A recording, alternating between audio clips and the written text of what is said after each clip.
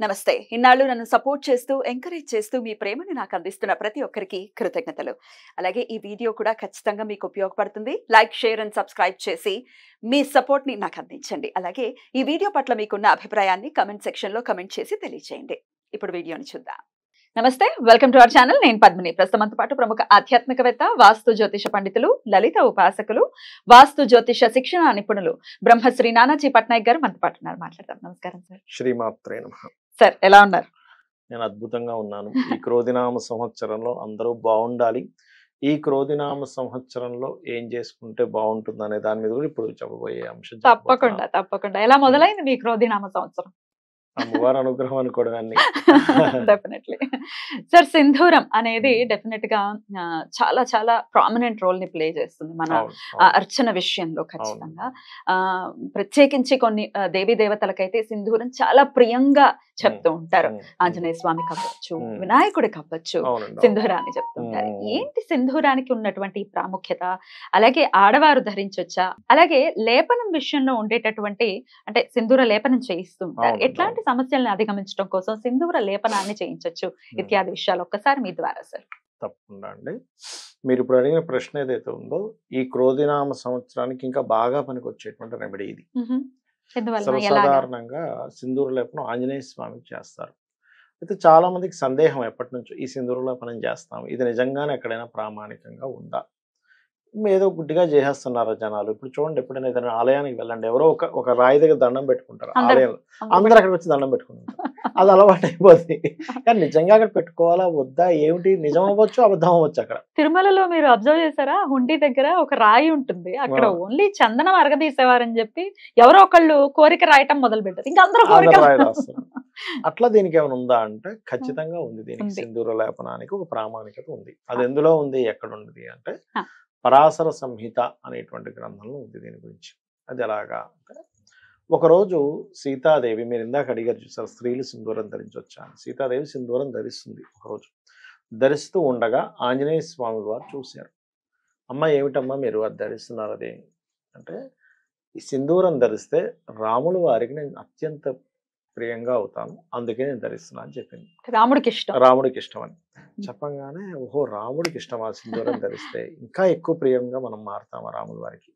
రాముడు అంటే బాగా ఇష్టం కదా, దాసుడు కదా, రామదాసుడు కదా ఆంజనేయ స్వామి అని. ఏం చేశాడు అతను, చక్కగా ఆ యొక్క అయోధ్య నగరంలో ఈ సింధూరం అమ్మేటువంటిది షాప్కి వెళ్ళాడు. ఆయన వెళ్ళి ఆ యొక్క, బాబు నాకు ఒక సింధూరం బస్తా ఒకటి కావాలంటే, అయ్యో మీరు ఆంజనేయ స్వామి వారు, మీరు అడిగితే మేము ఇవ్వకపోవడం, అసలు తీసుకోండి అని చెప్పని ఇచ్చేశారు. దాని తర్వాత నూనె కలుపుకొని లేపనం చేస్తారు. నూనె షాప్కి వెళ్ళి నూనె తీసుకున్నాడు. ఇతను అడుగు పెట్టి సింధూరం తీసుకుని ఇలా వెళ్ళగానే ఆ షాప్ అతను మళ్ళీ లోపలికి వెళ్ళేసరికి ఆ సింధూరం బస్తాలన్నీ కూడా వజ్రవైడూర్యాలతో నిండిపోయాయి. అంటే అతని పాద స్పర్శ అటువంటిది ఆంజనేయ స్వామి. ఎందుకంటే సకల దేవతల యొక్క తేజస్సు ఆయనలో ఉన్నది. విష్ణువు ఒక తెల్లటి ముద్దను తయారు చేసి ఆయన తేజస్సుని, శివుని యొక్క తేజస్సుని, సకల దేవతల తేజస్సును అందులో నింపి ఈశ్వరుడికి ఇచ్చాడు. శివునికి ఇస్తే ఆయన తీసుకున్నాడు. అలా జన్మించిన అతను. అయితే అతను అడుగు పెట్టడం వల్ల నూనె షాప్లో ఉండేటువంటివన్నీ బంగారంగాను, వజ్రాలుగా, వైడూర్యాలుగా ఇవన్నీ మారిపోయాయి. తీసుకెళ్ళాడు చక్కగా ఆంజనేయ స్వామి వారు, మొత్తం పులుముకున్నాడు ఒంటికి. స్వామి అని చెప్పి ఆయన ముందుకెళ్ళాడు. ఒక్క క్షణం మాత్రం ఈయన ఎవరా అని చెప్పి అనుకున్నాడు. కానీ తర్వాత వెంటనే రామచంద్రమూర్తికి ఇంత మాధుర్యంగా, ఇంత ప్రేమగా, ఇంత భక్తిగా పిలిచేది ఆంజనేయ స్వామి మాత్రమే అర్థమైపోయి, ఏమిటి హనుమా, ఏమిటి ఇలా ఉన్నావు అంటే, స్వామి మీకు సింధూరం అంటే ఇష్టం అంట కదా, అందుకే సీతామహాతల్లి ధరిస్తుందని విన్నాను, అందుకే మీరు ఇంకా నా మీద ఇంకా ఇష్టంగా ఉంటారు, ఇంకా మీ మీద నేను ప్రేమగా ఉంటాననే భావంతో చేసుకున్నాను. కానీ అప్పటికప్పుడు రామచంద్రమూర్తి ఒక శాసనం చేశాడు. ఎవరైతే ఆంజనేయ స్వాముల వారికి సింధూర లేపనం శనివారం నాడు చేయిస్తారు, వారికి ఏలినాడు శని, అర్ధాష్టమి శని, అష్టమి శని ప్రభావం ఏదైనా బాగా ఉండి, శని మహాదశ ప్రభావం ఎక్కువగా ఉన్నా, మంగళుడు సరిగ్గా లేకపోయినా, కుజ సంబంధించిన దోషాలు ఉంటాయి కదా, మంగళుడు సంబంధించిన దోషం ఏదైనా ఉన్నా తొలగిపోవుగాక అని చెప్పి శాసనం చేశాడు ఆ రోజు. అలా మనకి ఈ శనివారాలు చేసిన వారికి దోషం ఒకటి పోతుంది. రెండవది ఏంటంటే, శనివారాలు దోషం పోవడం, శనికి సంబంధించిన దోషం ఉంటుంది కొంతమందికి. అంటే కొంతమందికి చూడమ్మా, శనికి పోర్ట్ఫోలియోస్ వచ్చాయనుకోండి, గ్రహాలన్నీ శని ఫలితాలు ఇస్తుంటాయి కొంతమందికి. అంటే ఫలితాలన్నీ ఇచ్చేటప్పుడు ఏమవుతుంది, సాటర్న్ అంటే లేట్ అవ్వడం, ప్రతిదీ లేటే కదా, ఉద్యోగం లేటు, చదువు లేటు, వివాహం లేటు, అన్ని లేట్ అయ్యి అనుకోండి, సంపాదన లేటు, మరి ఇబ్బందే కదా లైఫ్. లైఫ్ అంతా అదొక గతిగా ఉంటుంది కదా. అందుకని ఇలా ఎవరైతే చేస్తారో వాళ్ళకి దోషం పోతుంది అని చెప్పడం జరిగింది. ఇంకోటి ఏంటి, ఈ క్రోధినామ సంవత్సరానికి అధిపతి ఎవరు? కుజుడు, రాజు కుజుడయ్యాడు.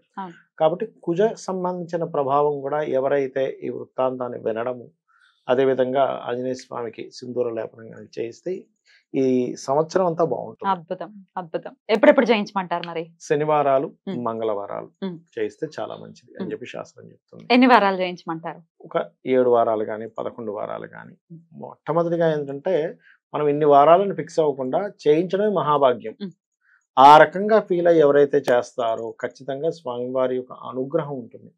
అంతే కదా, ప్రేమతో ఆనందంగా జయించడమే కదా ఇక్కడ కావాల్సింది. ఆనందంగా చేయించడం, అయ్యో శనిపీడ వదలాలి లేకపోతే ఇది ఇంకోటో కాదు. అంటే సర్వసాధారణంగా ఏమవుతుందంటే ఎవరి జన్మ జాతకంలో శని కుజులు కలిసి ఉంటారు కొంతమంది.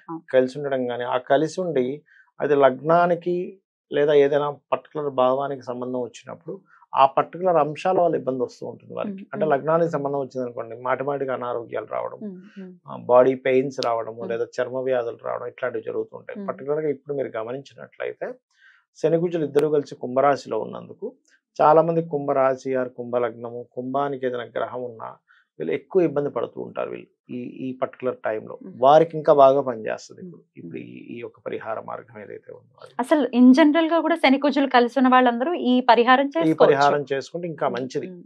డెఫినెట్లీ. అయితే ఈ సంవత్సరానికి మంత్రి శని అవుతున్నారు అనేది కూడా విన్నాను. సో మీరు చెప్పింది చాలా చాలా ఉపయుక్తంగా ఉంటుంది.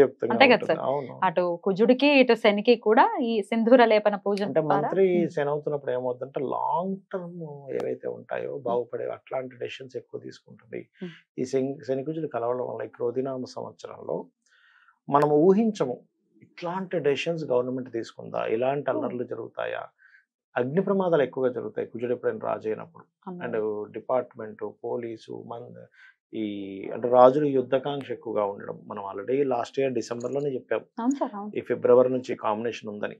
కాకపోతే సంవత్సరం ఎంటర్ అయింది కాబట్టి నెక్స్ట్ ఇయర్ వరకు. బట్ ఈ కాంబినేషన్ మాత్రం ఒక 2-3 నెలలు కంటిన్యూస్ గా ఉంటుంది. అంటే ఈ మే ఎండింగ్ వరకు మాత్రం ఈ కుజుడు శనితోని రాహుతో ఉంటాడు. ఈ మధ్యకాలంలో ఎక్కువ తీవ్రత ఉంటుంది.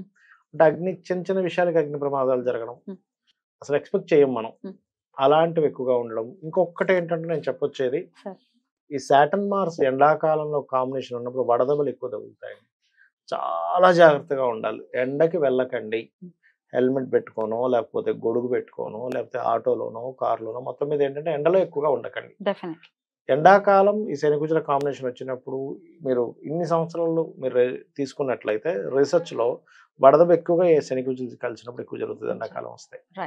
కాబట్టి జాగ్రత్త తీసుకోవాలి. ఒకవేళ ఎండలో తిరిగిన వెంటనే చల్ల నీళ్లు తాగేయడం లేకపోతే ఏసీలోకి వెళ్ళిపోవడం లాంటివి చేయరు. ఎగ్జాక్ట్లీ, ఇమ్మీడియట్ గా వడదెబ్బ అనేది వెంటనే. అలాగే ఆడవాళ్ళు కూడా ధరించచ్చా సార్? పాపిట్లో పెట్టుకోవచ్చా? ఆడవాళ్ళు ధరించాలి, ధరిస్తేనే లక్ష్మీప్రదం. ఖచ్చితంగా సింధూరం.